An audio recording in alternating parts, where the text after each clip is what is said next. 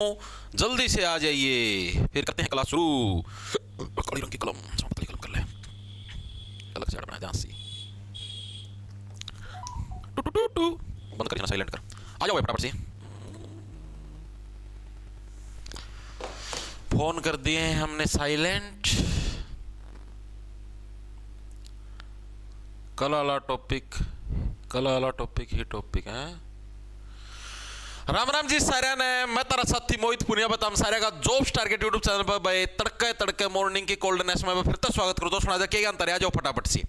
तो भाई जैसा कि आप लोगों को पता है, आपने हरियाणा जीके की सीरीज शुरू कर रखी है और कल हमने करा था हरियाणा का भौगोलिक परिचय का मोटा मोटा इंट्रोडक्शन। यानी एक तरीके से हमने पढ़े थे जो भी हमारा ये हरियाणा का मैप है, हरियाणा के जो भी हमारे पड़ोसी राज्य हैं वो भाई इस तरफ हमने देखा भाई राजस्थान जिसकी सबसे लंबी सीमा 1262 किलोमीटर, ऊपर पंजाब है, ठीक है। यहां पर हमारा हिमाचल प्रदेश, यहां पर उत्तराखंड है, जिंदगी हो गई झंड है, हाथ में बचा ओनली खंड है। यहां पर हमारा उत्तर प्रदेश है, यहां पर दिल्ली है, यहां पर क्या है चंडीगढ़ है। कल हमने इनके बारे में विस्तार पूर्वक पढ़ा, एनसीआर क्षेत्र के बारे में पढ़ा। हाँ जी, ये चीजें हमारे समझ में आ गई थी। उसके बाद हमने कल एक चीज भी पढ़ी, हरियाणा के ऐसे जिले बताओ जिनकी बाउंड्री किसी भी अन्य राज्य के साथ नहीं लगती। तो तीन जिले हमने पढ़ लिए थे, रोहतक की बाउंड्री किसी के साथ नहीं होती, दादरी की बाउंड्री किसी के साथ नहीं होती, और अभी हांसी नया जिला बना, हांसी की बाउंड्री भी किसी भी अन्य राज्य के साथ नहीं होती। ये चीजें हम लोग कल पढ़ चुके थे। हाँ जी, ये चीजें हम लोग पढ़ चुके थे, ठीक है जी। अब हम आज आगे पढ़ेंगे। पहले तो कुछ वन लाइनर फैक्ट रह गए थे, महत्वपूर्ण तथ्य रह गए थे जो मुझे कल करवाने थे, लेकिन कल टाइम हो गया था, इस वजह से नहीं करवा पाए थे, तो उनको करेंगे, ठीक है। जैसे आपने पढ़ा था तीन राज्य जिनकी किसी के साथ, तीन जिले हरियाणा के जिनकी किसी के साथ बाउंड्री टच नहीं होती, वो हमने पढ़ लिए। कल पढ़ लिए थे हांसी, रोहतक, दादरी, पहले दो थे, लेकिन अब हांसी नया जिला बन गया तो हांसी भी इसी के अंदर इंक्लूड है, ठीक है जी। अब आते हैं आगे, वो जो वन लाइनर फैक्ट है, हरियाणा का एकमात्र जिला जिसकी बाउंड्री तीन तीन राज्यों के साथ लगती है वो है तुम्हारा यमुनानगर।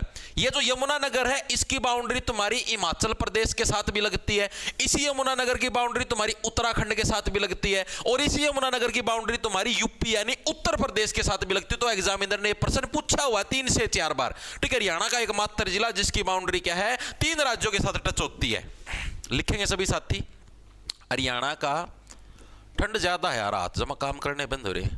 एकमात्र जिला, गर्मी लानी पड़ेगी शरीर में, जिला जिसकी बाउंड्री, जिसकी सीमा 3 राज्यों से टच होती है, 3 राज्यों से टच होती है भाई। ऐसा जिला कौन सा है, तो ऐसा जिला है यमुनानगर भाई, ठीक है। यमुनानगर की सीमा ऊपर की तरफ तो किससे, हिमाचल प्रदेश से, थोड़ा है इस तरफ आओगे तो उत्तराखंड, और नीचे की तरफ आओगे तो यहां पर उत्तर प्रदेश। तीनों राज्यों से आपकी टच होने का काम करती है, तो इसके अंदर नाम आ जाएगा यमुनानगर का, ठीक है। यमुनानगर की सीमा क्या है, 3 राज्यों के साथ टच होती है, हरियाणा का एकमात्र ऐसा जिला है, ठीक है जी। ये चीजें में क्लियर होगी, ओके भाई। अब हरियाणा का एकमात्र ऐसा जिला जिसकी बाउंड्री 2 तो राज्यों से टच होती है और एक यूनियन टेरिटरी यानी कि एक केंद्र शासित प्रदेश से टच होती है, तो वो है पंचकुला। पंचकुला कैसे, इस तरफ देखोगे तो पंजाब से बाउंड्री टच होती है, इस तरफ जाओगे तो हिमाचल प्रदेश से टच होती है, और एक यूनियन टेरिटरी है चंडीगढ़, चंडीगढ़ से भी टच होती है। यानी हरियाणा का एकमात्र जिला जिसकी सीमा क्या है, 2 राज्यों और एक यूनियन टेरिटरी यानी एक केंद्र शासित प्रदेश से टच होती है, तो वो कौन सा है, पंचकुला। हरियाणा का एकमात्र जिला, एकमात्र जिला जिसकी सीमा 2 राज्यों प्लस एक यूटी, यूटी का मतलब समझ गया ना, यूनियन टेरिटरी यानी केंद्र शासित प्रदेश से टच होती है, तो वो जिला कौन सा हो जाएगा, वो जिला हो जाएगा जी पंचकुला, ठीक है। पंचकुला की सीमा 2 राज्यों से टच होती है और एक केंद्र शासित प्रदेश से टच होती है। हाँ जी, ये चीज भी हमें क्लियर होगी, होनी भी चाहिए भाई, ठीक है जी। अब हमें कुछ ऐसी चीजें करनी है, देखो वैसे तो बच्चे कितने फैक्ट बना लो, इब्नू भी कह देंगे ऐसे राज्य ऐसे जिले का नाम बताओ जो फलाना है ढिमकाना है, कितने भी बना लो, चाहे बहुत सारे प्रश्न बन जाए, लेकिन सारे अपने को करने की जरूरत नहीं है, क्योंकि मोटी मोटी नॉलेज हम लोगों ने सारी गेन कर ली। जो मेन इंपॉर्टेंट जो एग्जामिनर ने पूछे आज तक प्रीवियस ईयर के हिसाब से, वो ये 2 ही पूछे हैं, ठीक है, इससे अलग नहीं पूछता। अब अपने को करनी है जो इनकी, जो जैसे मान लो ऊपर वाली कौन सी दिशा है, उत्तर दिशा है। ऊपर वाली दिशा कौन सी है, उत्तर दिशा है। उत्तर दिशा का अंतिम गांव, ठीक है। इस तरफ पूर्व दिशा है, हरियाणा की पूर्व दिशा का अंतिम गांव। हरियाणा की दक्षिण दिशा का अंतिम गांव, जैसे नू है भाई, नू के अंदर जमा लास्ट पॉइंट पे कौन सा गांव है। हरियाणा की जो पश्चिम दिशा है, सिरसा का जो लास्ट गांव है, लास्ट बिंदु है, वो कौन सा है, ठीक है। तो ये पूछे जाते हैं एग्जाम के अंदर, तो इनको याद रखना। तो हरियाणा की उत्तरी सीमा पर स्थित अंतिम गांव भी बोल देते हैं, अंतिम बिंदु भी बोल देते हैं, तो यह है शाहपुर। शाहपुर कहां पर? हरियाणा के पंचकुला जिले के अंदर देखने को मिलता है। इसको अंतिम बिंदु भी बोल देते हैं, अंतिम गांव भी बोल देते हैं, तो इसके अंदर गलती मत करके आना, ठीक है जी। कदम समझो अंतिम बिंदु पूछ लिया जी, ये कहां से आ गया, ठीक है। लिखेंगे हरियाणा की उत्तरी सीमा पर स्थित, ये पूछे गए हैं भाई, अंतिम गांव बोल लो या फिर बिंदु बोल। आरआरबी जेई, एसएससी जेई और अन्य एई जेई एग्जाम्स की पूरी तैयारी टेक्स्ट बुक के साथ। Enrol now. हरियाणा के पंचकुला के अंदर है जी। क्या नाम होगा? शाहपुर, हरियाणा के पंचकुला के अंदर है जी। ओके जी, ये चीज हमें समझ में आएगी। उसके बाद आ जाएगा दक्षिणी सीमा पर, डायरेक्ट लिखवा दूं अब तो। दक्षिणी सीमा पर अंतिम गांव, पश्चिमी सीमा पर अंतिम गांव या अंतिम बिंदु बोल लो। पूर्वी सीमा का अंतिम गांव या अंतिम बिंदु है। देखो पूर्वी सीमा की अगर हम लोग बात करें तो पूर्वी सीमा का जो लास्ट गांव, देखो आप यहां से देखो बाउंड्री बनानी, देखो तो बाउंड्री के अंदर यमुनानगर के अंदर आपको लास्ट गांव देखने को मिला ताजेवाला, ठीक है। ताजेवाला आप लोगों ने नाम भी सुना है, तो ताजेवाला है वो आपके यमुनानगर के अंदर हमको देखने को मिलता है। तो ये हमारी किसके ऊपर, जो हमारी पूर्वी सीमा है उसका लास्ट गांव है ताजेवाला। लास्ट बिंदु बोल लो या लास्ट गांव बोल लो, कहां पर? यमुनानगर के अंदर, ठीक है जी। पश्चिमी सीमा की बात करें, सबसे पश्चिम में कौन सा? सिरसा है। सिरसा के अंदर यहां पर गांव है चौटाला गांव, ठीक है। जो हरियाणा के अंदर जो चौटाला पार्टी है, ठीक है, अभय सिंह चौटाला, जय सिंह चौटाला, ये इसी गांव से, अपने गांव का नाम है, अपने नाम के पीछे लगाते हैं, ठीक है। तो यानी कि चौटाला गांव हमारी पश्चिमी सीमा है भाई, लास्ट गांव है चौटाला गांव। पश्चिमी बिंदु बोल लो, पश्चिमी सीमा बोल लो, हरियाणा के सिरसा जिले के अंदर, ठीक है जी। दक्षिणी के अंदर आता है यहां पर नू, जो ये नू है मेवात के अंदर, यहां पर एक गांव जिसका नाम है दोहा, ठीक है। ये जो दोहा गांव है ये आपको देखने को मिलता है नू के अंदर भाई। कौन सा गांव? दोहा गांव, जो कि आपको हरियाणा के नू के अंदर देखने को मिलता है भाई। ये चीजें क्लियर हुई या नहीं हुई, एक बार के लिए बताओ। चारों पॉइंट क्लियर हुए या नहीं हुए? हरियाणा की उत्तरी सीमा पर स्थित अंतिम गांव शाहपुर पंचकुला, ठीक है। यहां पर बात करेंगे तो यमुनानगर के अंदर कौन सा? ताजेवाला। यहां पर बात करें तो सिरसा के अंदर चौटाला गांव। सबसे नीचे बात करेंगे तो नू के अंदर दोहा गांव। ये चार अंतिम बिंदु भी है, अंतिम गांव है पूरे हरियाणा के। मैंने आपको बाउंड्री वाले करवा दिए, बताओ क्लियर हुए या नहीं हुए? फिर से बता दो सर भाई, फिर से इसमें क्या करूं? डायरेक्ट देख लेना, फिर से बताना कि इसमें दोहा नो। वेरी गुड भाई। हरियाणा ग्रुप डी का नोटिफिकेशन कब तक आएगा सर? भाई राहुल रंगा, आत्मदे दुकंगा, भाई अभी कुछ भी नहीं पता मेरे भाई कब आएगा, ठीक है। पहले पुलिस का आएगा, ग्रुप डी का बाद में आएगा, पहले पुलिस का आएगा। और आप नोटिफिकेशन की चिंता मत करो, आप अपनी तैयारी के ऊपर फोकस रखो। इबे सीईटी ग्रुप सी का पेपर होया था ना, हाल रही होंगी पाखड़ी थोड़ी बहुत है, नंबर आ रहे होंगे 60 है, जिद्दे पढ़ो हुई दोबारा, मानो यह बात है। तो भाई तम नू ना करे करो, नोटिफिकेशन कब आएगा, नोटिफिकेशन आएगा तब पढ़ना शुरू करेंगे। जो बालक नोटिफिकेशन आए पचा पढ़ना शुरू करें उसका आज तक कदे सिलेक्शन नहीं होया, यह बात मन्ना देख ली जीवन में, ठीक है। खूब बालक देखो यार, मैं तम बताओ डेली मैसेज आऊं, डेली सबका बेरा है। जो बच्चा रेगुलर तैयारी करता ना, इब जैसे मान लीजिए कोई नोटिफिकेशन को नहीं ना पुलिस का ना ग्रुप डी का, अभी भी जो बच्चे पढ़ने लग रहे हैं, जैसे अपने पास 2100 बच्चे जुड़ रहे हैं फिलहाल लाइव, ठीक है। ये बच्चे तो अभी भी पढ़ने लग रहे हैं बिना नोटिफिकेशन आए भी, इन्हीं बच्चों का सिलेक्शन होगा आगे। किसी का ग्रुप डी निकल जाएगा, कोई सीटी मेंस मिल जाएगा, आई चीज समझ में। और जो तुम खुद देख लियो, नोटिफिकेशन आए तो मान लो अपना जैसे लास्ट 3-4 हजार लाइव जाओ है, ठीक है। नोटिफिकेशन आए पाछा 7-8 हजार भी लाइव चलिया करेंगे।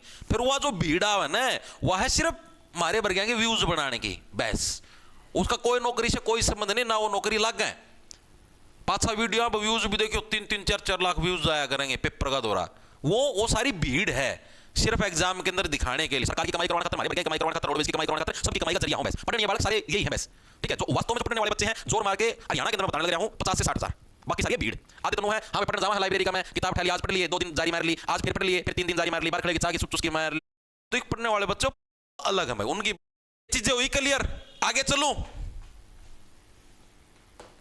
क्या हुआ सर? एचटेट 17-18 जनवरी को ही होगा क्या?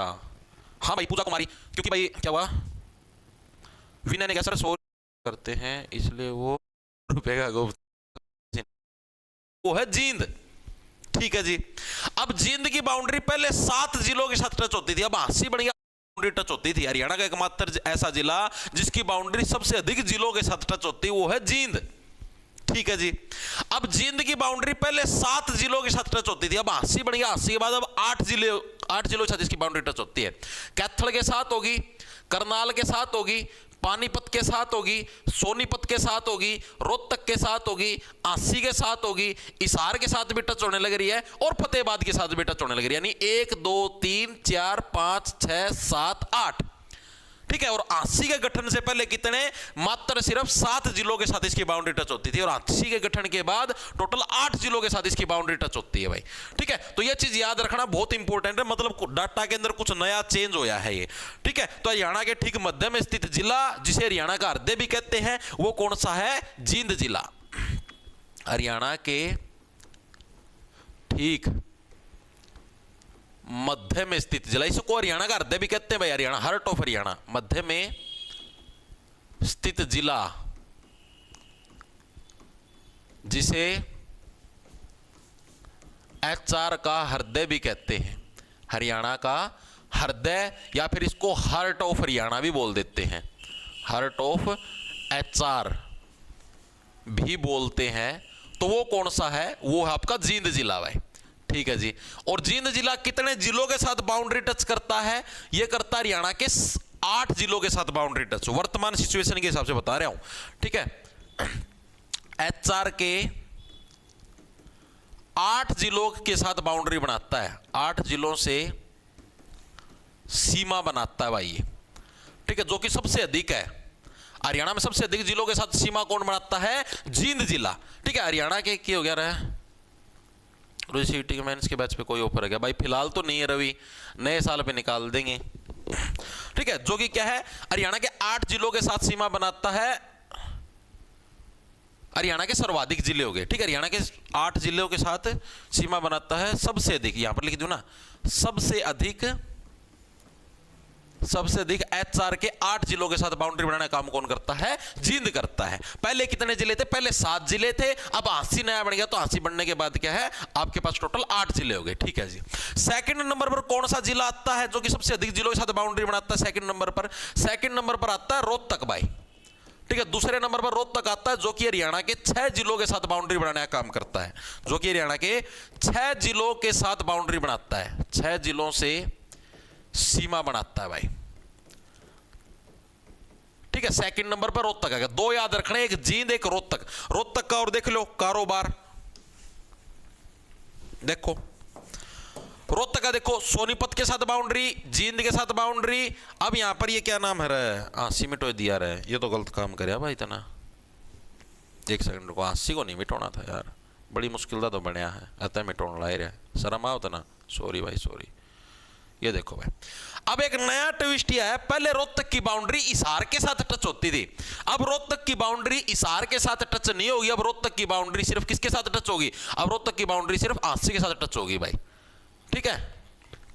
अब देखो क्या है हमारे पास, रोहतक की सोनीपत, जींद, आसी, भिवानी, चरखी दादरी, झज्जर, ठीक है। 1 2 3 4 5 6 जिलों के साथ बाउंड्री बनाने का काम करता है रोहतक भाई, ठीक है। तो डिफरेंस समझ में आ गया, सबसे अधिक जिले जींद के साथ बाउंड्री बनाते हैं और सेकंड नंबर पर रोहतक के साथ बाउंड्री बनाते हैं, जींद के साथ 8 जिले, रोहतक के साथ 6 जिले। पहले 6 जिलों के अंदर हिसार शुमार था, अब हिसार नहीं बनाता, हिसार के बजाय अब 80 बाउंड्री बनाने का काम।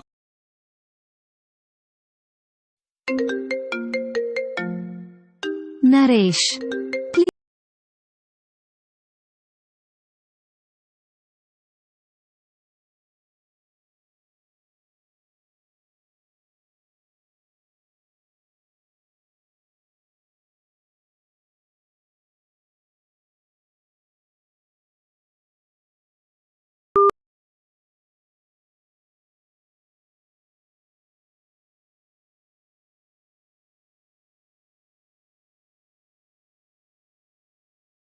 के बजाय अब 80 बाउंड्री बनाने का काम करता है रोहतक के साथ भाई, ठीक है। ये डिफरेंस क्लियर कर लेना भाई, ओके, ठीक है जी। सर जी इंग्लिश और हिंदी की पेडागोजी करवा दो एचटेट के लिए। पेडागोजी भाई मैं टीचर, अगर आप लोग देखो भाई एचटेट के अगर बच्चे हैं अपने साथ जुड़े हुए हैं तो भाई मैं टीचर ढूंढ के करवा दूंगा यूट्यूब के ऊपर लाइव पेडागोजी, ठीक है। अब जो एक इंपॉर्टेंट जो क्वेश्चन आता है वो ये आता है, अब जो जैसे मैंने आपको बता दिया भाई, उत्तरी बिंदु, दक्षिणी बिंदु, पूर्वी बिंदु, पश्चिमी बिंदु, ये चीज हम लोग पढ़ चुके।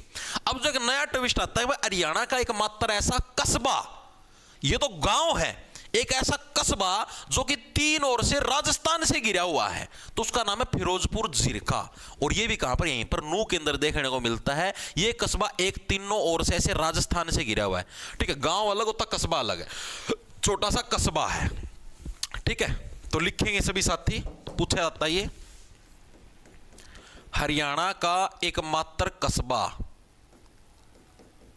एकमात्र कस्बा जो तीन ओर से राजस्थान से घिरा हुआ है भाई, राजस्थान से घिरा हुआ है। उस कस्बे का नाम क्या हुआ, घिरा हुआ है, उसका नाम है भाई फिरोजपुर जिरका।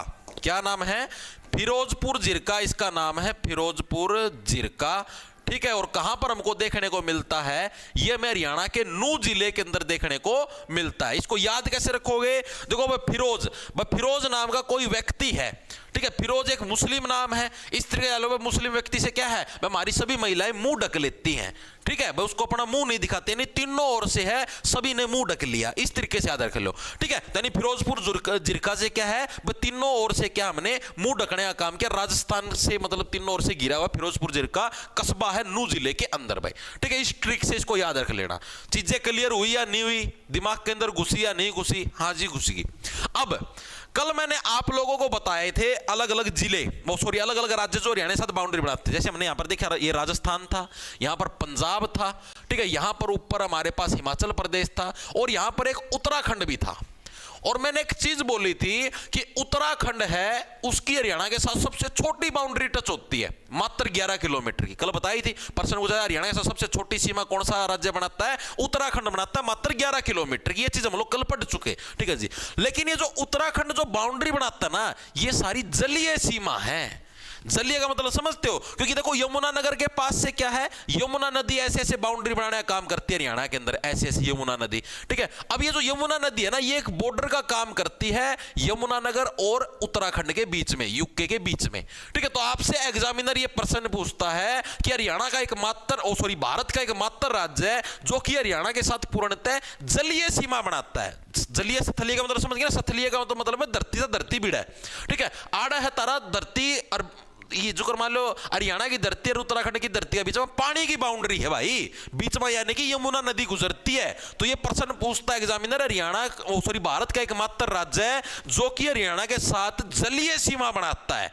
जलीय का मतलब समझ गए, यानी पानी वाली बाउंड्री बनाता हो, धरती का धरती को बिड़ दी, ठीक है। बीच में यमुना नदी नो बनाया दे, उस यमुना नदी का ऊपर पुल बना रखे, उस पुल का माध्यमता है आप हरियाणा से ही उत्तराखंड के अंदर घुसते हैं, ठीक है। तो उत्तराखंड है, लिखेंगे सभी साथी।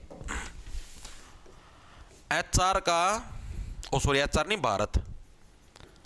भारत का एकमात्र राज्य है, एकमात्र राज्य जो HR के साथ पूर्णतः जलीय सीमा बनाता है, पूर्णतः जलीय सीमा बनाता है, तो वो कौन सा है, वो है तुम्हारा उत्तराखंड भाई, ठीक है। मात्र कितने किलोमीटर की, मात्र 11 किलोमीटर की सीमा बनाने का काम करता है उत्तराखंड, और ये सारी की सारी सीमा कैसी है, जलीय सीमा है, ठीक है जी। चीजें हमें क्लियर होगी भाई। तो हरियाणा का जो पड़ोसी राज्यों से रिलेटेड जो फैक्ट थे, जिलों से रिलेटेड जो फैक्ट थे, वो मैंने आप लोगों को पूरे करवा दिए हैं। अब हम लोग हरियाणा का मोटा मोटा भौगोलिक परिचय करेंगे। हरियाणा का गठन कब हुआ, एरिया कितना है, ये एरिया भारत का कितने प्रतिशत है, ठीक है। ग्लोब के ऊपर भारत की सिचुएशन क्या है, भारत के मैप के अंदर हरियाणा की सिचुएशन क्या है, ठीक है। वो सारी चीजें पढ़ेंगे। हरियाणा को कितने भागों के अंदर बांटेगा भौगोलिक स्थिति के आधार पर, एंड ये सारी चीजें अब हम लोग पढ़ने का काम करेंगे। इतनी चीजें क्लियर है ना हर एक साथी के। चलो आगे। सर मैं SC कैटेगरी की फीमेल कैंडिडेट हूं, मेरे 100.5 आए हैं CPO के पेपर में, तो क्या फिजिकल की तैयारी करूं सर? 12 तारीख को पहली शिफ्ट में थी मेरी, नॉर्मलाइज्ड होके नंबर कम तो नहीं होंगे? भाई देखो इसी का चेक करके बता सकता हूँ भाई, आज शाम तक मेरे को डाटा मिल जाएगा CPO वालों का सारा, ठीक। उसके बाद मैं आप लोगों को बता सकता हूँ भाई किस शिफ्ट वाले के अंदर कितने वाले का मोटा मोटा नंबर आ जाएगा। अभी कुछ भी नहीं बता सकते भाई। सर जी एचटेट के काफी बच्चे करवा देना। चलो भाई पूजा कुमारी करता हूं मैं बात, ठीक है। सर जी आपको बैच चेंज के लिए बोला था, मैसेज सीन नहीं कर रहे हैं। कोई बात नहीं भाई, आज अभी दोबारा मैसेज कर देना, ठीक है। वो हेल्पलाइन नंबर पे करना, करवा देंगे चेंज, ओके। लेकिन बैच के अंदर भी वो होता है कि सर जी ऐप पर मैथ की क्लास के अलावा कोई और क्लास लाइव नहीं लगती क्या? श्वेता जी अभी इंग्लिश का सिलेबस परसों खत्म होया है, इंग्लिश की लाइव लगती थी, रीजनिंग का सिलेबस भी खत्म हो चुका है, ठीक है। मैथ का सिलेबस ये समझो 31 दिसंबर से पहले खत्म हो जाएगा, ठीक है। इंडिया जीके का सिलेबस भी खत्म हो चुका है, लगभग बैच का सारा सिलेबस खत्म हो चुका है भाई, तो लाइव अब कैसे लगेगी? अब मेरे को ये बताओ श्वेता कि ये डेली नए नए बच्चे बैच ले हुए हैं, जैसे मान लिया आज आपने बैच ले लिया, कल कोई और ले होगा, परसों कोई और ले होगा, तो हम यार डेली नए नए दोबारा तो सिलेबस करवाई जावांगे, ये दोबारा तो फिर लाइव आपके लिए अलग से डाउट ग्रुप बना रखा है।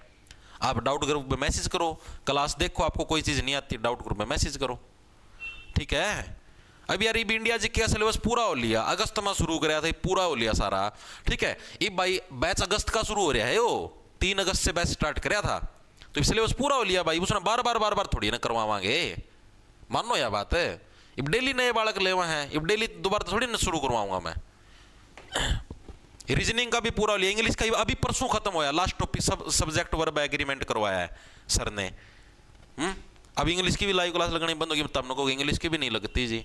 ये मैथ का बच रहा है तो मैथ की लगेगी, रीजनिंग का भी हो गया, सारा हो गया, कंप्यूटर का भी हो लिया, साइंस का भी हो लिया।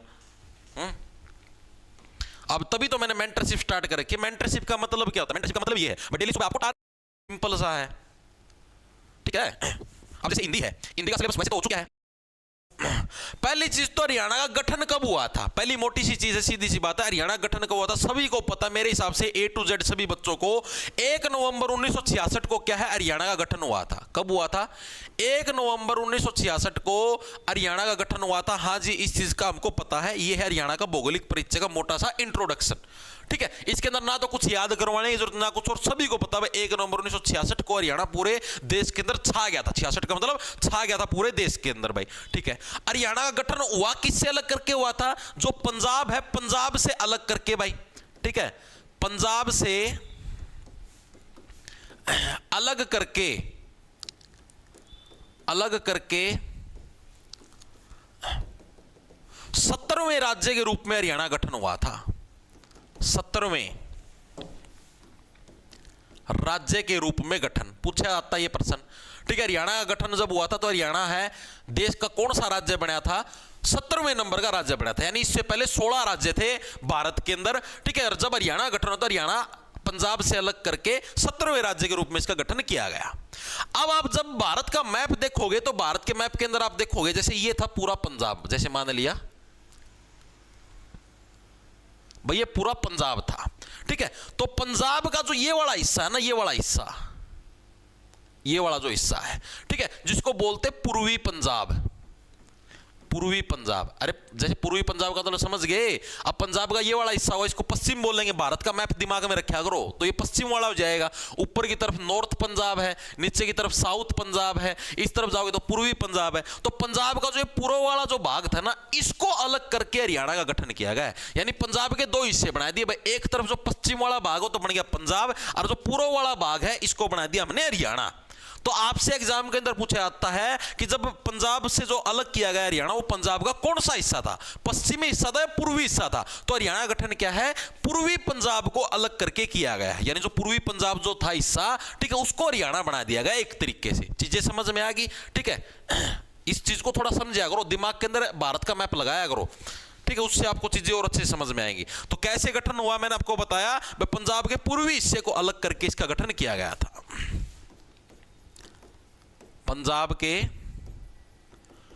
पूर्वी हिस्से को रटने की जरूरत ही नहीं पड़ेगी भाई, अगर चीजों को समझ के करोगे तो। अलग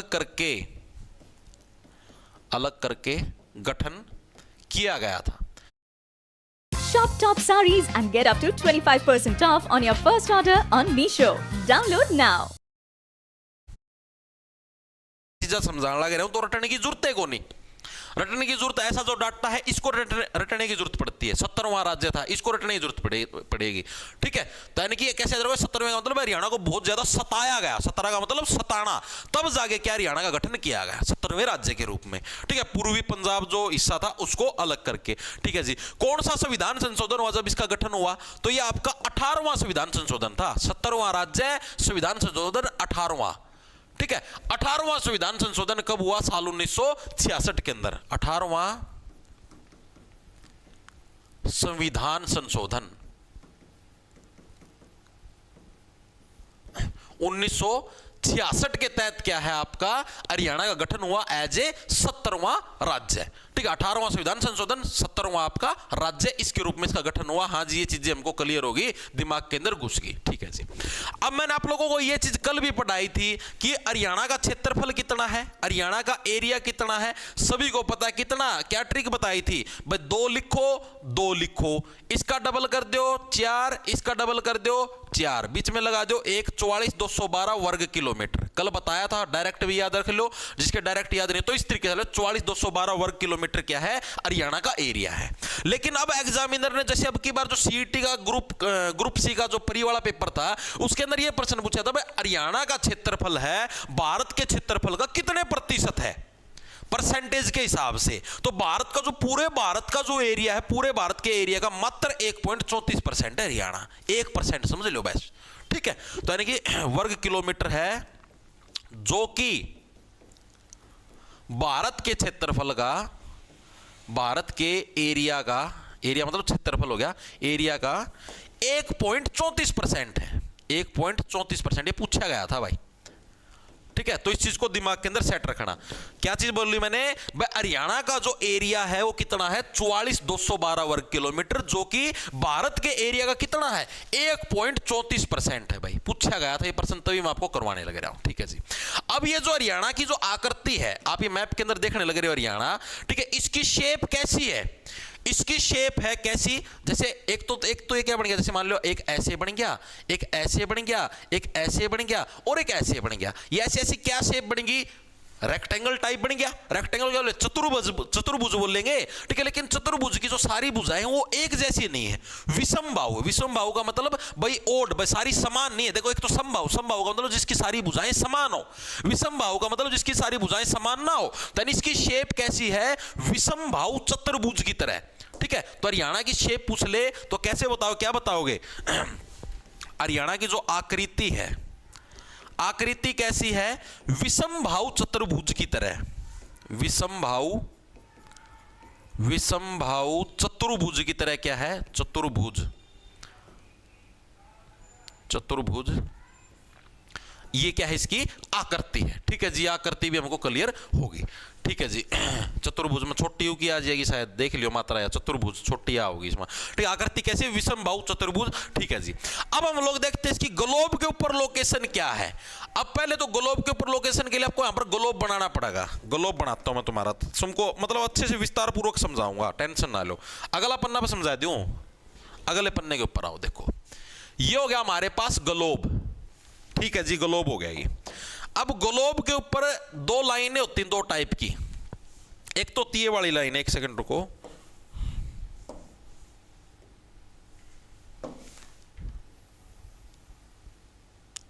ठीक है जी, इनको बोलते हैं भाई, ये वाली जो रेखाएं होती हैं इनको बोलते हैं अक्षांश रेखाएं। क्या बोलते हैं? अक्षांश रेखाएं। जो ऐसे मतलब कैसे जो पसरी हुई होती है इनको क्या बोलते हैं? इनको अक्षांश रेखाएं बोलते हैं।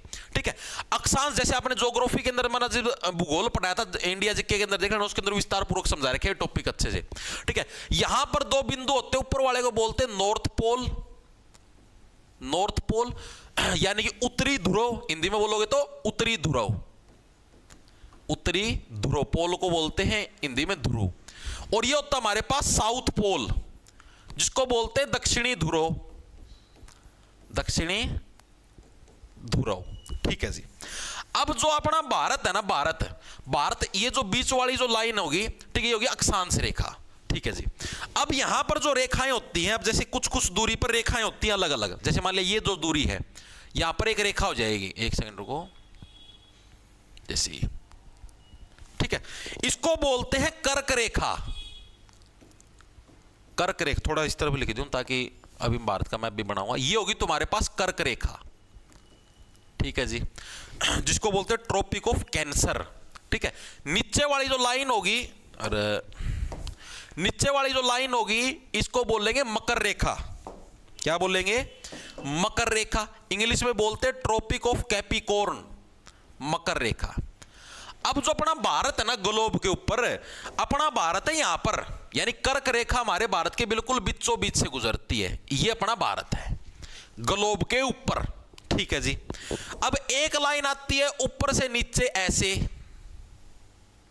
ठीक है जी, इसको बोलते हैं भाई देशांतर रेखाएं। क्या है?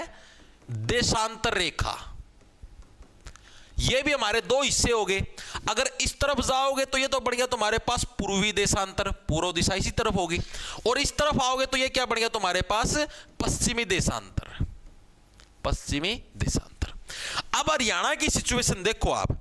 हरियाणा की सिचुएशन सीधी सी ये है भाई, एक तो क्या जो अक्षांश है, अगर हम अक्षांश देखें, ये बीच वाली रेखा अक्षांश है, तो इससे क्या है? भारत का मैप है, ये पूरा भारत का मैप है, ये जो मैंने आपको चौकोर बना के दिखा दिया, ठीक है। ये ऊपर की तरफ है, यानी सीधी सी बात है, हरियाणा की अगर हम बात करें तो ये क्या है? उत्तरी अक्षांश में है, ठीक है। ऊपर की तरफ उत्तर पोल हो गया, यानी ये जो मेन लाइन है अक्षांश के हिसाब से, ऊपरला उत्तरी अक्षांश, निचला दक्षिणी अक्षांश, तो यानी किस में है? उत्तरी अक्षांश के अंदर है, ठीक है। तो पहली चीज यहां पर लिखा जाता है लोकेशन ऑन मैप, पूछा जाता ग्लोब के ऊपर, लोकेशन ऑन ग्लोब, ठीक है। पहली लोकेशन आपसे पूछेगा अक्षांश के हिसाब से बताओ, अक्षांश के हिसाब से। दूसरी पूछेगा देशांतर के हिसाब से, बहुत इंपॉर्टेंट है, ठीक है जी। तो मैंने बताया अक्षांश के हिसाब से किस अक्षांश के अंदर है? उत्तरी अक्षांश। पूरा भारत है उत्तरी अक्षांश में है भाई, तो हरियाणा तो उत्तरी अक्षांश में होना ही होना। यानी कि अगर हम लोग बात करें तो किस अक्षांश के अंदर हरियाणा की लोकेशन ग्लोब के हिसाब से उत्तरी अक्षांश के अंदर हमको देखने को मिलता है, ठीक है जी। देशांतर के हिसाब से देखेंगे, ये देशांतर है, हरियाणा कुछ हिस्सा में पश्चिमी देशांतर के अंदर भी देखने को मिलता है, लेकिन जो हमारा हरियाणा ये हमारा पूर्वी देशांतर के अंदर हमको देखने को मिलता है, ठीक है। तो यानी कि हरियाणा नहीं, सॉरी, भारत का कुछ हिस्सा बोल रहा था, यानी देशांतर के हिसाब से देखेंगे तो पूर्वी देशांतर, पूर्वी देशांतर के अंदर ये हमको देखने को मिलता है। पूर्वी देशांतर पश्चिमी देशांतर समझ गए ना? ये जो बीच वाली लाइन, इससे इस तरफ वाले सारे पश्चिमी है, उस तरफ वाले सारे पूर्वी है, तो पूरा भारत है पूर्वी देशांतर के अंदर है, तो ये तो पूर्वी देशांतर के अंदर आना ही आना, ठीक है जी। ये चीज हमारे समझ में आ गई, दिमाग के अंदर घुस गई, घुसनी भी चाहिए, क्योंकि मैं अच्छे तरीके से तुम्हारे दिमाग में घुसेड़ने भी लग रहा हूं। अब हमको देखना है अक्षांशीय विस्तार कितने डिग्री से कितना है, वो आपको समझाता हूं हरियाणा के मैप के ऊपर। जैसे ये हरियाणा का मैप है, एक बार के लिए यहां पर मैं इस गंदगी को साफ कर लेता हूं थोड़ी बहुत, जो मैंने खिंडा रखी है, क्लीन चिट करके समझाऊंगा आपको अच्छे से। आज तुमको ऐसा समझाया दूंगा तो हम लोगों को जी मजा आएगा, स्वाद आएगा, ठीक है। ये देखो भाई, अब ये जो लाइन है ना, ये जो लाइन है, ये जैसे यह बना दूं इधर, ये जो लाइन है, या पीली पीली रंग की दिख गई होगी, इसमें सही दिखा ना वीडियो में, ठीक है जी। ये जो पीली रंग की लाइन है, ये तुम्हारी, ये इस तरफ वाली जो लाइन होगी कौन सी होगी? ऊपर से नीचे वाली चलने लग रही है, ठीक है। ये क्या होगी तुम्हारी? बोलो। वेरी गुड, वेरी गुड, शाबाश शाबाश शाबाश, वेरी गुड, देशांतर रेखा, वेरी गुड, शाबाश, ठीक है। तो ये हमारी देशांतर रेखा है, ठीक है। ये कितने डिग्री है? ये 74 डिग्री, ये जो ऊपर डॉट होता है जिसको डिग्री बोलते हैं, 74 डिग्री 28 मिनट। मिनट के लिए एक डंडा लगाते हैं, सेकंड की बात करेंगे जैसे मान लीजिए 30 सेकंड है तो इसके लिए 2 डंडे लगाएंगे, लेकिन सेकंड के अंदर हम लोग नहीं देखते, ठीक है। 74 डिग्री 28 मिनट, ठीक है। दूसरी लाइन है वो यहां पर है, ठीक है। ये ऊपर से नीचे वाली सारी यही तो है देशांतर लाइनें, ऊपर से नीचे वाली सारी देशांतर लाइन है, अभी मैंने आपको बताई, ऊपर से नीचे ग्लोब के हिसाब से बताने लगे रहा हूं, ठीक है। तो 74 डिग्री 28 मिनट से लेकर 77 डिग्री 36 मिनट, 77 डिग्री 36 मिनट वाली लाइन है तुम्हारी ये वाली, ठीक है जी। चीज हमको समझ में आ गई। अब मैं इस हिसाब से देखूं ऐसे, तो ये जो ऊपर वाला जो बिंदु है हरियाणा का, ठीक है, ये कितने डिग्री यानी कितने उसके ऊपर अक्षांश के ऊपर है? तो 27 डिग्री 39 मिनट, 27 डिग्री 39 मिनट अक्षांश, ठीक है। और नीचे वाला जो ये बिंदु है, ये हरियाणा का ये जो नू वाला आएगा, ठीक है, ये कितनी अक्षांश वाली लाइन है मैंने बताई ना, ऐसी पसरी हुई लाइन है, सारी अक्षांश की है। तो ये 30 डिग्री 35 मिनट, 30 डिग्री 35 मिनट अक्षांश। तो यही एग्जामिनर पूछता है कि हरियाणा है आपका कितने अक्षांश के बीच में लाई करता है। तो हरियाणा 27 डिग्री 39 मिनट अक्षांश से लेकर 30 डिग्री 35 मिनट अक्षांश के बीच में। देशांतर का मतलब जो ऊपर वाली ऐसे ऊपर से नीचे लाइन है, अभी यही तो बताया यार तुमको ग्लोब के अंदर, ये ऊपर से नीचे वाली ये देशांतर है, ठीक है। तो देशांतर के हिसाब से अगर हम लोग बात करें तो 74 डिग्री 28 मिनट से लेकर आपका 77 डिग्री 36 मिनट देशांतर के बीच में लाई करता है। चीजें समझ में आई या नहीं आई, दिमाग के अंदर घुसी या नहीं घुसी? आज तुम्हारे कंसेप्ट क्लियर होया भाई 74 डिग्री और 77 डिग्री क्या होता है भाई, इनके बीच में हरियाणा ये देशांतर वाली लाइन है ऊपर से नीचे, और ये वाली लाइनें अक्षांश वाली लाइनें हैं, ठीक है। घुसी दिमाग के अंदर। और अभी इनको याद करने की ट्रिक भी बताऊंगा, याद कैसे रखोगे, ठीक है। अब मैंने क्या बोला भाई, अक्षांश के हिसाब से देखें तो कितने से कितने अक्षांश के बीच में हो गया, 27 डिग्री 39 मिनट, 27 डिग्री 39 मिनट से लेकर 30 डिग्री, ठीक है, 30, ये जो सर्कल बनाने लगे उसका तो डिग्री है, 30 डिग्री 35 मिनट इसके बीच में लाई करता है। इसको याद रखने की ट्रिक सिंपल सी, आपके पास ऑप्शन आएंगे तो कंफ्यूज होने की जरूरत नहीं है, सिर्फ ये याद रखना भाई 3 डिग्री का फर्क आएगा, 3 डिग्री का डिफरेंस, 27 के बाद 28 29 30, 3 डिग्री का डिफरेंस आ गया। इसी टाइप से अगर हम देशांतर की बात करें तो 74 डिग्री 28 मिनट, मैं ऐसे ही याद करता था, ऑप्शन आओ तो ऑप्शन में से एलिमिनेट हो जाए है, ठीक है। 74 डिग्री 28 मिनट से लेकर कहां तक, 77 डिग्री 36 मिनट, 77 डिग्री 36 मिनट। ये याद रखना कि यहां पर भी कितने का, 3 का गैप है, 74 और 77 के बीच में 3 डिग्री का गैप है। ये गैप याद रखना बस। ऑप्शन आओगे 4, रटने की जरूरत है को नहीं यार, ऑप्शन आओगे 4, ऑप्शन में तो डायरेक्ट एलिमिनेट हो जाएगा।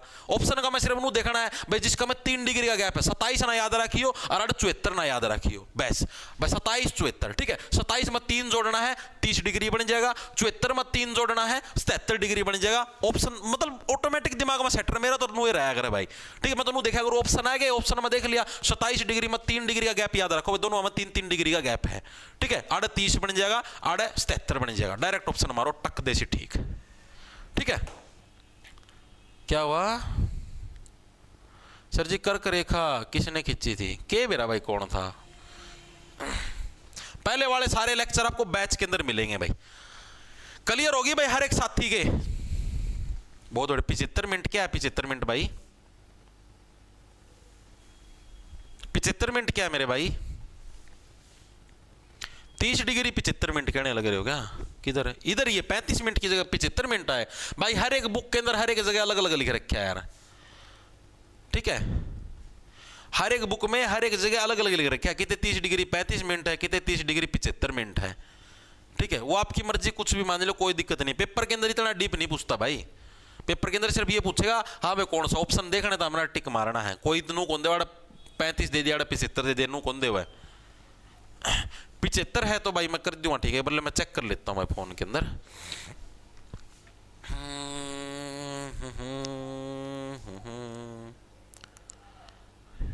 एक सेकंड रुको, अरे भाई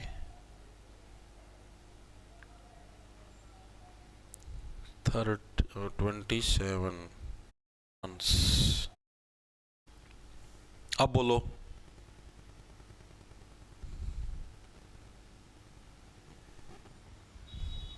लॉन्गिट्यूड आपका देशांतर की बात करें 74 डिग्री 28 से लेकर 77 डिग्री 36, भाई सही है भाई। अगर ऐसा है तो कोई दिक्कत की बात नहीं पड़ लो, ठीक है, ठीक है सर, ओके आगे चलो भाई, ठीक है। अब अगर हम लोग बात करें ग्लोब के हिसाब से, जैसे मैंने देखा कि अगर हम लोग भारत का मैप देखें, भारत के मैप के हिसाब से मैंने करवा दी क्या सिचुएशन, आपको नहीं करवाई। अगर हम लोग भारत का मैप देखें तो भारत के मैप के अंदर हरियाणा कहां पर है, जैसे मान लिया ये भारत का मैप है, ठीक है। भारत के मैप के हिसाब से हरियाणा यहां पर है, जी बिल्कुल सही है। तो दिशाओं के हिसाब से कौन सा जगह, ऊपर उत्तर दिशा है, ठीक है जी, इधर पश्चिम दिशा है, ठीक है जी। तो यानी कि भारत के मैप के हिसाब से किस दिशा में है, उत्तर पश्चिम दिशा में, ठीक है जी, लिखेंगे सभी साथी, ठीक है। भारत की उत्तर पश्चिम दिशा में स्थित है, उत्तर पश्चिम दिशा में स्थित है। ठीक है, भारत की किस दिशा में स्थित है? उत्तर पश्चिम दिशा के अंदर स्थित है हरियाणा। ठीक है जी, किसकी बात करने लग रहे हैं? स्थित है एचआर, एचआर की हम लोग बात करने लग रहे हैं। ओके, अब मैं ग्लोब के हिसाब से बात करूं तो ग्लोब के हिसाब से कौन सी दिशा आ जाएगी भाई?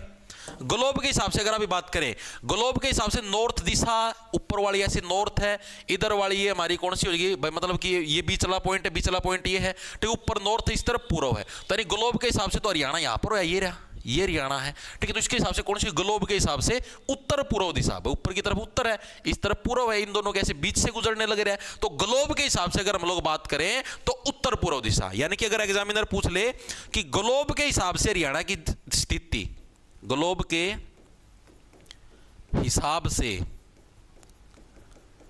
एचआर की जो लोकेशन है वो कौन सी हो जाएगी? वो हो जाएगी उत्तर पूर्व। उत्तर पूर्व समझ में आई कैसे हुई? ग्लोब के हिसाब से उत्तर पूर्व, भारत के मैप के हिसाब से उत्तर पश्चिम भाई।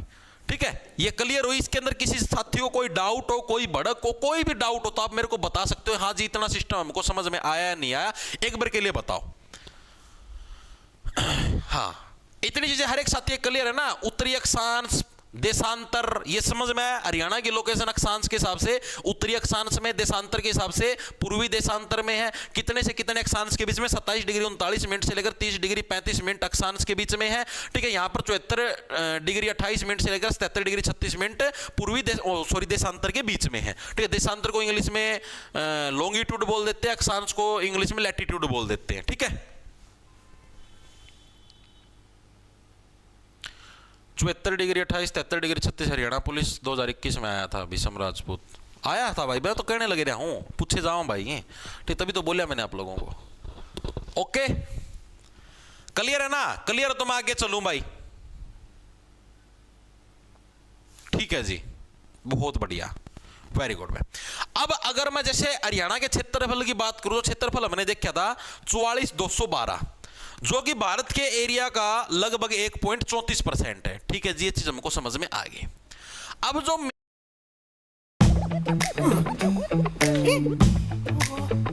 सेफ इन्वेस्टर्स के लिए, तो जिस टाइम आपका जैसे मतलब जम्मू कश्मीर, जो ये अलग अलग जो आपको केंद्र शासित प्रदेश वगैरह वगैरह नहीं बनाया था, यानी जम्मू कश्मीर के अंदर से धारा 370 नहीं हटी थी, उस टाइम तक हरियाणा का स्थान था 21वां क्षेत्रफल के हिसाब से पूरे भारत के अंदर। भाई एरिया के हिसाब से हरियाणा का साइज था, उसका जो रैंक मिला हुआ था हरियाणा को 21वां मिला हुआ था। लेकिन जब जम्मू कश्मीर बना, मतलब आर्टिकल 370 हटा, यानी जब ये केंद्र सरकार के अंडर आया जम्मू कश्मीर, उसके बाद क्या है? उसके बाद से हरियाणा का स्थान हो गया 20वां। तो ये डिफरेंस याद रखना। ठीक है, तो लिखेंगे सभी साथी यहीं पर, क्षेत्रफल के हिसाब से लिखवा देता हूं। एरिया के हिसाब से एचआर का रैंक है हरियाणा के भारत के अंदर। भारत का मतलब कौन से नंबर का सबसे बड़ा राज्य हो गया? तो हरियाणा का रैंक है आपका 20वां। ठीक है, J&K से जम्मू कश्मीर से 370 हटने से पहले 21वां था। ठीक है, ये चीज भी ब्रैकेट में लिख लो भाई, क्या पता आपसे पूछ ले भाई धारा 370 हटने से पहले कौन सा रैंक था? तो 21वां। वर्तमान सिचुएशन देखें तो उसके हिसाब से 20वां रैंक है हरियाणा का पूरे भारत के अंदर। ठीक है जी, ये चीज भी हमको क्लियर होगी। इतना सौदा हर एक साथियों क्लियर है? जी हां, बिल्कुल क्लियर है। बहुत बढ़िया, बहुत बढ़िया। 35%, क्या है 35% भाई?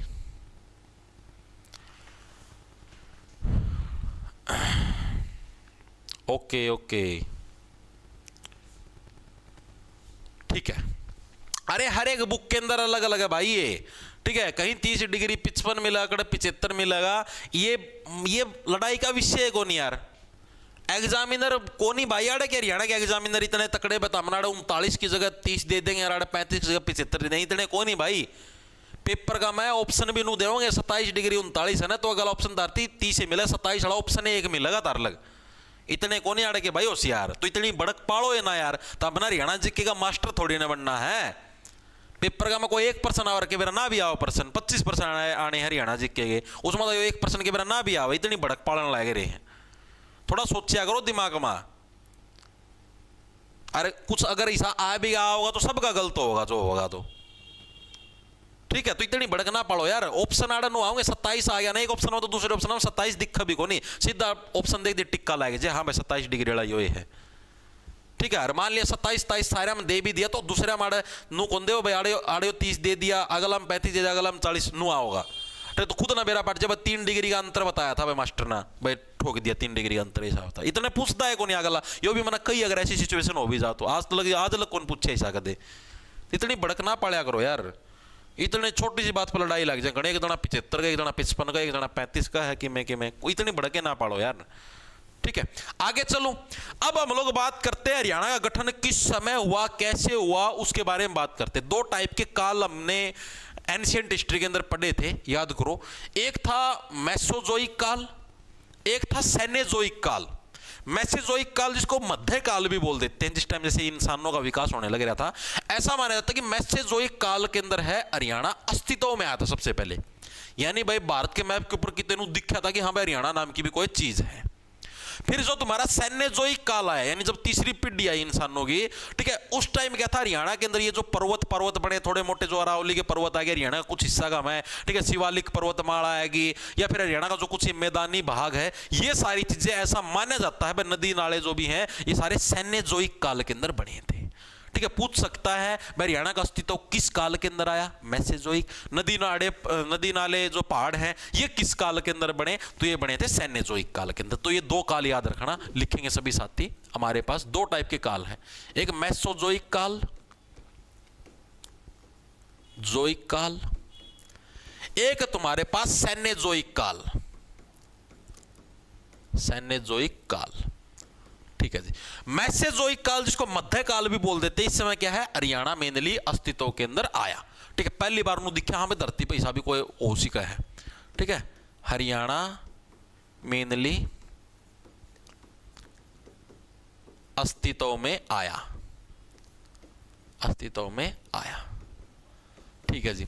और सेनेजोइक काल के अंदर क्या है, हरियाणा में पहाड़, वन, नदी, नाले बने, प्रकृति ने ये चीजें बनाई, ऐसा माना जाता है इतिहासकारों के द्वारा, ठीक है। इनको रटने की कोई उसकी जरूरत नहीं, सिर्फ समझो, ठीक है। मेसोजोइक के अंदर भाई मेसोजोइक का मतलब समझ लो भाई हमने मेसोजोइक मैसे मेक, हमने उसको बनाया, ठीक है, हरियाणा को बनाया। सेनेजोइक के अंदर हमने सेना भेजी, प्रकृति ने जाओ वहां पर पहाड़ बनाओ, जाओ वहां पर नदियां बनाओ, जाओ वहां पर नाले बनाओ, इस टाइप से हम लोग पढ़ सकते हैं, ठीक है जी। अब हम लोग बात करते हैं हरियाणा का भौगोलिक क्षेत्र है कितना। हरियाणा का जो भौगोलिक क्षेत्र है वो है कितना। भौगोलिक क्षेत्र का मतलब जिसके ऊपर सपाट भूमि हो, यानी नदियों वाला एरिया काट दो, ठीक है। जो छोटे मोटे पहाड़ उस पहाड़ी एरिया को काट दिया, यानी कि हम सिर्फ मैदानी भाग की बात करेंगे, ठीक है। तो यानी कुल मिला के सिर्फ मैदानी भाग। कैसे जी, आपको मैप के अंदर समझाता हूं जी, कैसे जी, आओ मैप के अंदर। जैसे ये हरियाणा तुम्हारा, अब जैसे आपको पता है भाई महेंद्रगढ़ हो गया, रेवाड़ी हो गया, नू हो गया और ये गुरुग्राम हो गया, यहाँ पर क्या अरावली की पहाड़ियां फैली हुई हैं, तो कुछ एरिया अरावली की पहाड़ियों ने घेर लिया। पंचकुला की तरफ आपको पता है, यमुनानगर की तरफ इधर शिवालिक की पहाड़ियां फैली हुई है, तो कुछ एरिया उसने ऑक्यूपाई कर लिया। यहां पर पता आपको यमुना नदी हरियाणा कैसे यहाँ पर बाउंड्री बनाती हुई चलने लगी, कुछ एरिया है इस यमुना नदी ने भी ऑक्यूपाई करा है हरियाणा का, मान रहे हो इस बात को, ठीक है। और भी नदियां गुजरती हैं, जो मेन है वो तो यह है यमुना नदी। तो यानी कि इस एरिया को हटाने के बाद मैदानी भाग कितना बना, आप खुद सोच के बताओ भाई। इन सारे ने मिलकर कितना 5-6% एरिया ऑक्यूपाई कराया होगा, इतना ही कराया होगा भाई। थोड़ी सी पहाड़ी उड़े हैं, थोड़ी सी आड़े हैं, तो एक बीच में नदी गुजरे, इतना फालतू तो कौन करे पावे, ठीक है जी। ये चीज हमको समझ में आएगी। तो हरियाणा का मैदानी भाग कितना, लगभग 93.76%। 93.76% जो हिस्सा है वो हरियाणा का मैदानी भाग है, और जो बच गया उसके अंदर पहाड़ी एरिया भी आ गया, उसके अंदर तुम्हारा नदी वाला एरिया भी आ गया, और जो भी वन मतलब जो और भी एंड बैंड जो भी एरिया बच गया वो बच गया अलग मैदानी का। तो जो सपाट भूमि जहां पर मिलेगी, जहां पर आप खेती बाड़ी कर सकते हो और सिस्टम कर सकते हो, यानी कि एक तरीके से वहां पर आपके पहाड़ वगैरह नहीं है, ठीक है जी। अब ये जो मैदानी भाग है इसके अंदर भी हमने इसको 2 भागों के अंदर डिस्ट्रीब्यूट कर रखा है। कौन से, एक तो समतल मैदान हो गए जो जमा सपाट है, ठीक है। एक बालू के मैदान, जैसे जो भिवानी साइड का एरिया है, आप मैप के अंदर जाओगे तो ये जो भिवानी साइड वाला जो एरिया ना, हिसार का कुछ हिस्सा, ठीक है, और ये जो भिवानी का तो पूरा हिस्सा लगा लो, और चरखी दादरी का ये कुछ हिस्सा ऐसा है जो कि राजस्थानी की टच की वजह से यहाँ पर बालू रेत मिलता है आपको, ठीक है। तरंगित बालू मैदान इसको बोलते हैं, ठीक है। यानी कि जो मैक्सिमम हिस्सा वो तो हमारा मैदानी होगा, जमा सपाट मैदान मिलेंगे, बढ़िया माटी मिलेगी, सारा सौदा, ठीक है। लेकिन यहाँ पर ये तरंगित लच्छेदार आपको मैदान, बालू मैदान आपको देखने को मिलेगा, ठीक है। तो यानी यहां पर क्या है, एक तो बिल्कुल समतल मैदान हो गया, समतल मैदान, यहां पर हो गया हमारे पास तरंगित बालू मैदान, ठीक है। ये दो हिस्सों के अंदर हमने इसको बांट दिया। समतल जो मैदान है, बिल्कुल जो सपाट है, वो लगभग कितना मिलेगा, वो लगभग मिलेगा 68.21% के लगभग, अप्रोक्स है ये, ठीक है जी। जो बच गया तरंगित बालू मैदान, वो हमको कितना देखने को मिलता है, लगभग 25.55% के लगभग, 25.55% के लगभग जो आपका बच गया तरंगित बालू मैदान। ये आपको परसेंटेज याद रखने की जरूरत नहीं है, ये सिर्फ आपको समझाने के लिए बताने लग रहा हूं। याद आपको सिर्फ ये याद रखना मैदानी भाग कितने परसेंट, ये समतल और तरंगित ये याद रखने की जरूरत नहीं है फिलहाल के लिए, ठीक है। फिर भी नजरों में से निकाल लेना, अगर पूछ ले तो अलग बात है, बाकी सिर्फ इतना ही पूछेगा मेरे हिसाब से, जहां तक मेरे को पता है, ठीक है। और ये जो मैदानी भाग है ना, मैदानी भाग को भाई किस नाम से जानते हैं हम लोग, घग्गर और जो यमुना नदी है भाई, एक तो हरियाणा के अंदर से मेन पुराने समय के अंदर घग्गर नदी निकलती थी, और एक यमुना नदी तो आपको पता ही पूरे हरियाणा की बाउंड्री बनाने का काम करती है। तो यह जो घग्गर और यमुना नदी है ना, इसका मैदान भी इसको बोलते हैं। क्यों बोलते हैं, ऐसा माना जाता है घग्गर और जो यमुना नदी है, इनके अंदर मिट्टी रेत आता है ना, तो इनके अंदर से जो रेत आया ना, उस रेत की वजह से यहाँ की भूमि उपजाऊ हुई है, तो इसीलिए इस मैदानी भाग को क्या बोलते हैं, घग्गर यमुना मैदान के नाम से भी जाना जाता है इसको, घग्गर यमुना का मैदान भी इसको बोला जाता है, जो हमारा मैदानी भाग है, मैदान भी बोलते हैं, ठीक है। घग्गर यमुना का मैदान किसको बोलते हैं भाई, जो आपका हरियाणा का जो मैदानी भाग है, इसको क्या घग्गर यमुना का मैदान भी हम लोग बोलते हैं, ठीक है जी। ये चीज हमको समझ में आ गई। अब हम लोग बात करते हैं हरियाणा की ऊंचाई कितनी है समुद्र तल से, समुद्र तल से ही सारी ऊंचाई मापी जाती है। प्रश्न इंपॉर्टेंट है, एग्जाम के अंदर आया हुआ है। हरियाणा की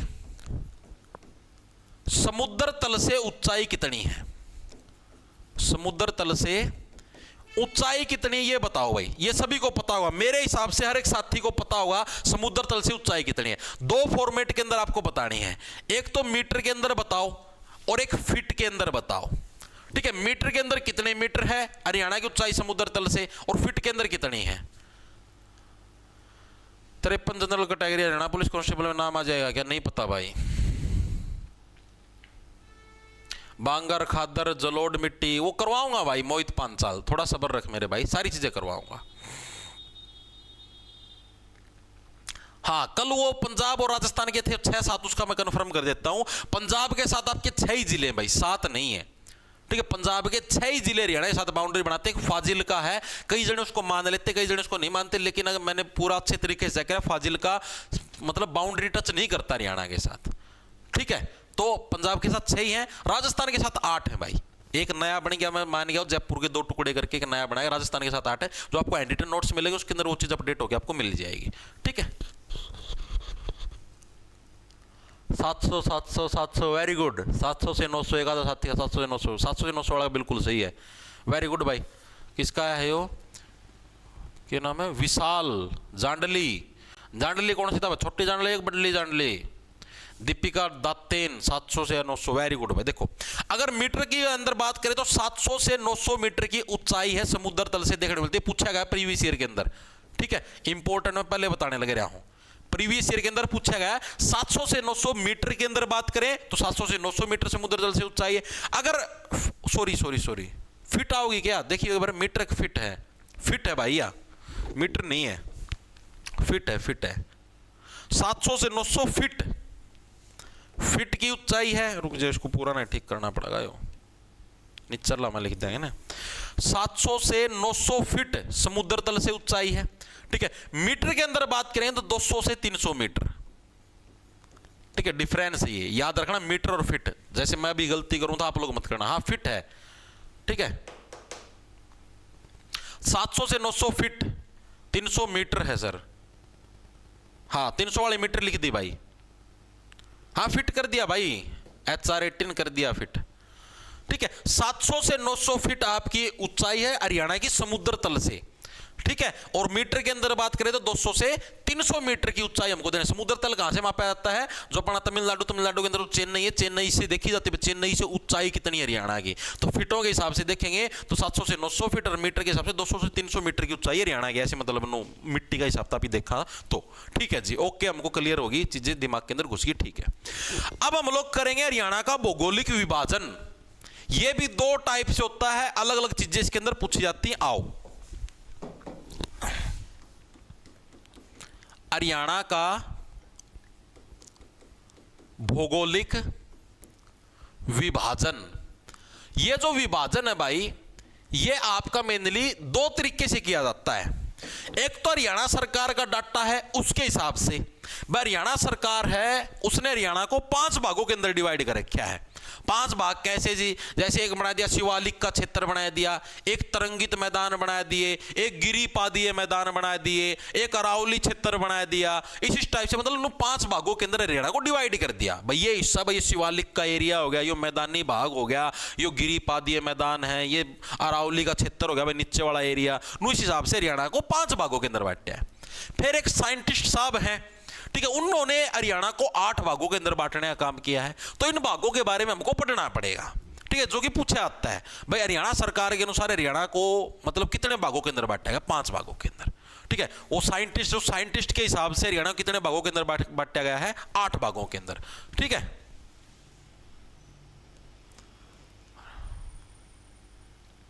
हाँ भाई भीषम राजपूत, 8 अलग अलग है भाई, बिल्कुल बिल्कुल, ठीक है। देखो वे तो लिखेंगे एचआर सरकार के अनुसार, हरियाणा सरकार के अनुसार अगर आपसे पूछ ले तो कितने भाग हैं? 5 भाग हैं, 5 भाग हैं। फिर एक जो मैंने बताया साइंटिस्ट है, साइंटिस्ट साहब है जसबीर सिंह नाम है उनका, शायद जसबीर सिंह ये नाम है क्या भाई? कोई बार कंफर्म करना कमेंट बॉक्स के अंदर, जसबीर नाम है क्या? डॉक्टर जसबीर, हाँ ठीक है, साइंटिस्ट है भाई डॉक्टर जसबीर, मतलब भौगोलिक साइंटिस्ट है, धरती के बारे में जो प्रकृति के बारे में जो ज्ञान के अंदर रखा, पर्यावरण के बारे में। इसके अनुसार इन्होंने हरियाणा को 8 भागों के अंदर डिवाइड करे। पूछा जाता है भाई कि हरियाणा सरकार के अनुसार टोटल हरियाणा को कितने भागों में बांटा गया है? 5 में, ठीक है। डॉक्टर जसबीर के अनुसार हरियाणा को कितने भागों के अंदर बांटा गया है? 8 भागों के अंदर। तो ये आपको याद रखना है, ठीक है।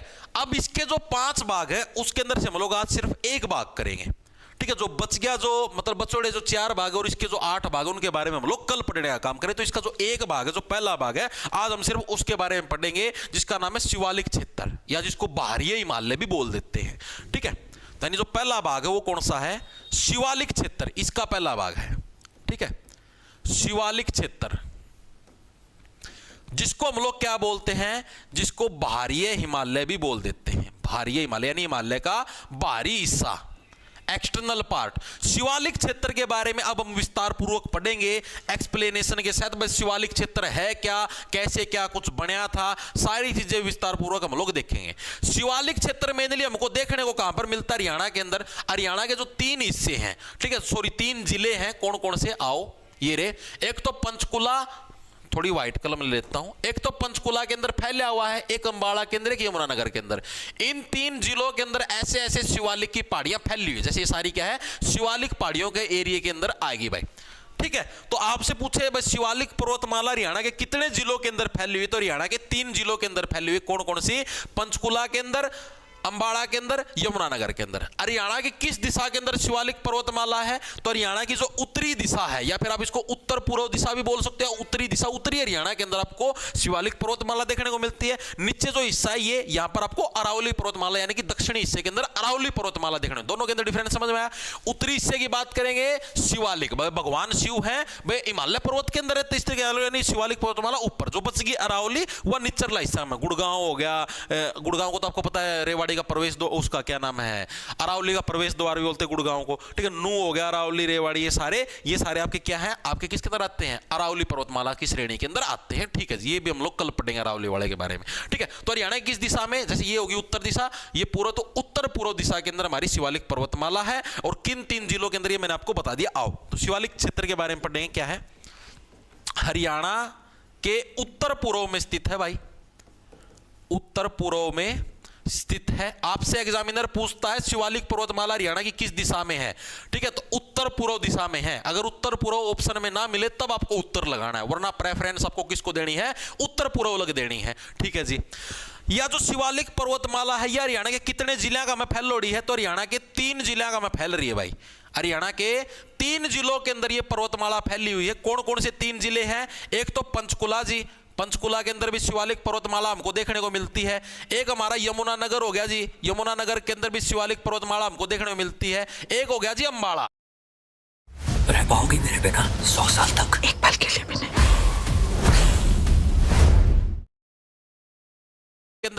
समझ में आ गई। अब ये जो शिवालिक पर्वतमाला है इसकी ऊंचाई कितनी है, मतलब ये जो पहाड़ियां हैं हरियाणा के अंदर इनकी ऊंचाई कितनी देखने को मिलती है, ये पर्सन एग्जामिनर पूछता है अक्सर। कितनी हमको देखने को मिलती है, तो 900 से 1100 मीटर, फुट नहीं अभी मीटर है।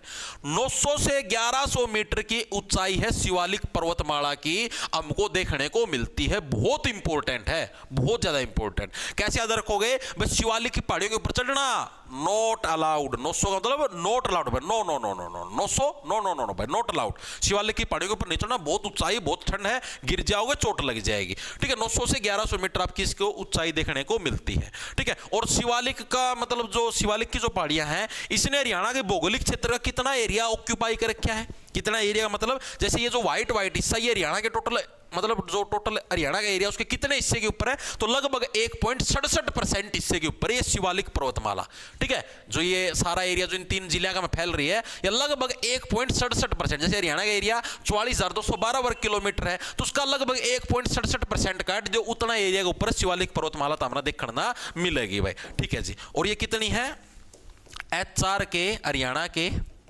1.67% हिस्से पर है, ठीक है। यानी 44,212 है, उसका 1.67% का लो, इतने वर्ग किलोमीटर एरिया के ऊपर हमना शिवालिक पर्वतमाला देखना मिलेगी, ठीक है जी। यह चीज भी हमको समझ में आएगी, ठीक है। अब ये जो शिवालिक पर्वतमाला है इसको 2 भागों के अंदर डिवाइड किया गया है, ठीक है भाई। पूछ ले शिवालिक पर्वतमाला को कितने भागों के अंदर, 2 भागों के अंदर डिवाइड करेगा। कौन कौन से 2 भाग, पहला भाग तो हो गया ऐसी चोटियां जो कि 600 मीटर से अधिक है, जैसे अभी आपने अरावली पर्वतमाला का सीन भी देखा हो, सुप्रीम कोर्ट ने बोला 100 मीटर से जो नीचे की चोटी उसके अरावली के अंदर कंसीडर ही नहीं करना, ठीक है। तो वही सेम सिस्टम है, शिवालिक पर्वतमाला के भी 2 हिस्से हैं।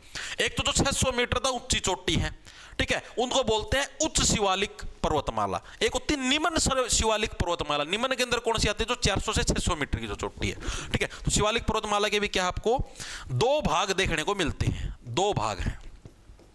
कौन कौन से, एक तो उच्च, एक आपका निम्न। उच्च के अंदर कौन से आते हैं, 600 मीटर से ज्यादा वाले, 600 मीटर से अबो, इसका मतलब समझो 600 मीटर से ज्यादा। यहां पर लगा लो आप 300 से जो 600 मीटर के बीच में लाई करते हैं, वो सारे किसके अंदर आ गए, वो निम्न जो पर्वतमाला है उसके अंदर आ जाएंगे, ठीक है। 300 से ले लो, 400 से ले लो, बात है कि इसके अंदर कंफ्यूज मत होना, ओके भाई। विनय ब्लॉक मार दो यार, ये बकवास बात नहीं। ममता नोट्स जो डट जाए तो फिर तो 200 रुपये गेड़ा यार, फिर होगा सॉरी। लोअर 400 से 600, हाँ 400 से 600 बोल लो यार, कोई दिक्कत नहीं, इसको ठीक कर लो, कोई ना। 400 से 600 बोल लो, ठीक है, 400 से 600, ठीक है भाई, वेरी गुड भाई, बहुत बढ़िया। अब ये जो शिवालिक पर्वतमाला है ना, इसके अंदर अब अलग अलग पहाड़ियां बनी हुई हैं, ठीक है। कोई छोटी पहाड़ी है, कोई बड़ी पहाड़ी है, और उन पहाड़ियां की भी सब अलग अलग ऊंची ऊंची चोटी भी है। अब मैंने आपको बताया नहीं, बस सबसे ऊंची चोटी मतलब टोटल इतने मीटर की तो इनकी लंबाई देखना मिला है। तो अब अभी बात करें सबसे ऊंची पहाड़ी, सबसे ऊंची चोटी पूछी जाती है भाई हरियाणा की, ठीक है। बात करते हैं तो हरियाणा की सबसे ऊंची चोटी कौन सी, सर्वोच्च चोटी, HR की बहुत बार आए प्रश्न, इंपॉर्टेंट है भाई, मल्टीपल टाइम।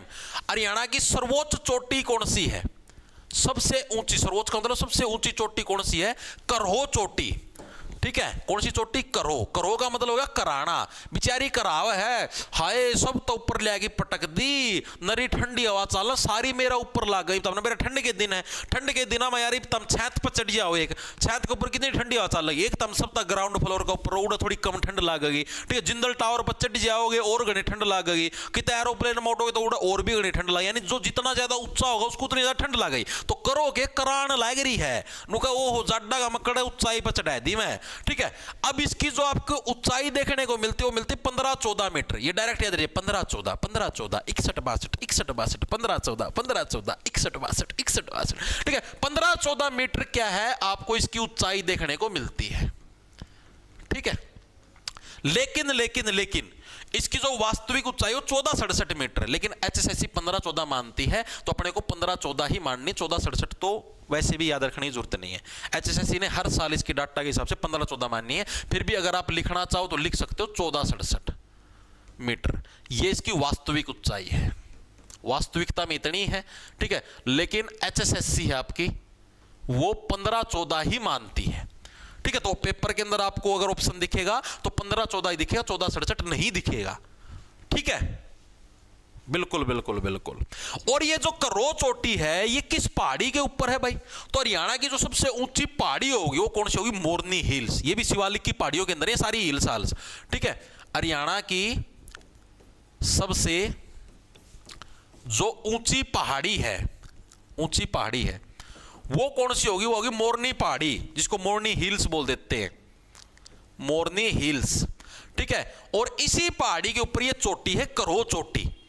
ठीक है, और ये कहां पर देखने को मिलती है? पंचकुला के अंदर आपको देखने को मिलती है मोरनी हिल्स। ठीक है, मोरनी हिल्स कहां पर आपको? पंचकुला के अंदर देखने को मिलती है, और यहीं पर ये सबसे ऊंची चोटी है करो चोटी भाई। ठीक है, चीजें समझ में आई या नहीं आई? मोरनी क्या है? पंचकुला, कुल्लो को ऐसे मटकाती हुई चलती है, टुचुक टुचुक टुचुक टुचुक। ठीक है, हाँ जी क्लियर है, okay, very good very good very good. ठीक है, मोरनी हिल्स के बारे में आपको क्या फैक्ट याद रखने हैं? ये हरियाणा का एकमात्र हिल स्टेशन है, पूछा जाता है बहुत बार, हरियाणा का एकमात्र हिल स्टेशन कौन सा है? ठीक है, जिसके ऊपर लोग घूमने के लिए जाते हैं, तो वो कौन सा? मोरनी हिल्स, हरियाणा का एकमात्र हिल स्टेशन। याद रखना, बहुत बार पूछा गया ये।